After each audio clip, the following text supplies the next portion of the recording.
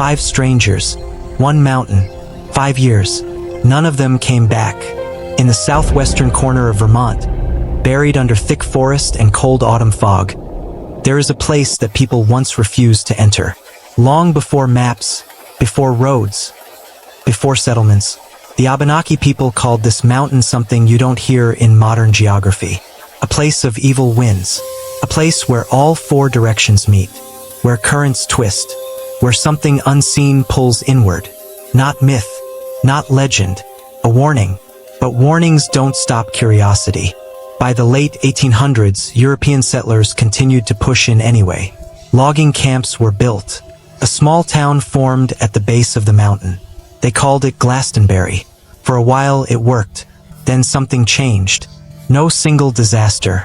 No single event. Just a feeling. People began leaving. Houses emptied. Roads disappeared into forest. The land slowly reclaimed everything. In 1937, the Vermont General Assembly officially dissolved the town's incorporation. By the 1940s, Glastenbury was no longer a town. It was a ghost. And that's when the disappearances began. Midday Rivers wasn't inexperienced. He was the opposite. At 74 years old, he had spent decades inside these woods. Hunting, tracking, navigating terrain most people couldn't survive in for a single night. If anyone understood this forest, it was him. On November 12, 1945, Rivers led a group of hunters into an area known as Bickford Hollow. At some point in the afternoon, the group began heading back. Around 4 p.m., one of the hunters saw him again. But something was wrong. Rivers wasn't walking with them. He was moving in the opposite direction, deeper into the woods. He didn't call out, didn't wave, didn't stop. He just kept walking. That was the last time anyone ever saw him. Search parties mobilized immediately. Volunteers, locals, even military personnel from Fort Devens. Weeks of searching. Nothing. No footprints. Nobody. No signs of struggle. Just one thing. Months later, a single handkerchief. Found on a trail far from where he was last seen. That was all that remained of a man who knew these woods better than anyone.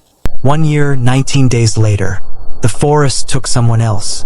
Her name was Paula Jean Welden, 18 years old, a student at Bennington College. Bright, independent, curious. On December 1st, 1946, she left campus without telling anyone where she was going. She wasn't prepared for anything serious. Light jacket, sneakers, no gear, just a simple walk. Witnesses saw her hitchhiking toward the long trail. Others saw her hiking. Then came the final sighting. An elderly couple walking behind her. They watched her round a bend in the trail. Just ahead of them, seconds later, they reached the same bend. She was gone. Not off the path. Not hidden. Not injured. Gone. The search was massive. The FBI got involved. A reward was posted. Nothing was found. Not her jacket. Not her shoes. Not even a trace. Her disappearance shook the nation. So deeply that author Shirley Jackson later drew inspiration from it for her novel Hangsaman. Because fiction could at least try to explain what reality could not. But this is where it stops being coincidence and starts becoming something else. Because exactly 3 years later, on the same date, December 1, it happened again. James Tedford wasn't in the woods. He wasn't hiking. He wasn't alone. He was on a bus. A 68-year-old veteran. Returning home to Bennington. 14 other passengers on board. A normal trip. Routine. Safe. He boarded in St. Albans. Transferred in Burlington. Sat down. Luggage above him. Passengers around him. When the bus arrived, Tedford was gone. His seat was empty. His belongings still there. No one saw him leave. No one saw anything unusual. Think about that. A man disappears in a moving vehicle, surrounded by witnesses. No stops explained it.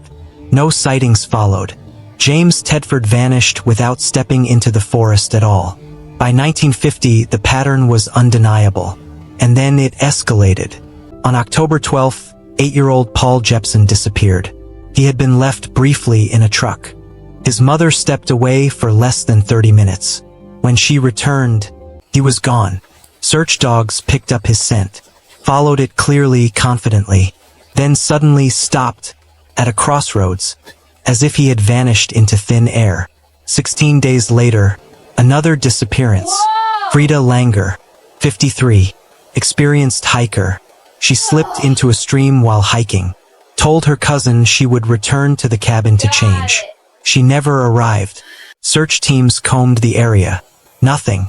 Until 7 months later, her body was found, in a place that had already been thoroughly searched. Cause of death? Undetermined. Frida Langer is the only one who was ever found. The others? Completely gone. There was something about it that didn't let you leave. What is it about that forest that makes people walk in and never walk out? The Bennington Triangle has haunted Vermont for decades, but the truth remains locked in the mist. Are you brave enough to uncover what lies beneath these eerie woods? Dive deeper into the mystery. Share your thoughts in the comments. Don't let this unsolved riddle slip away. Hit that subscribe button and stay tuned for the next chilling chapter. What do you think happened to those 5? Let's solve this together.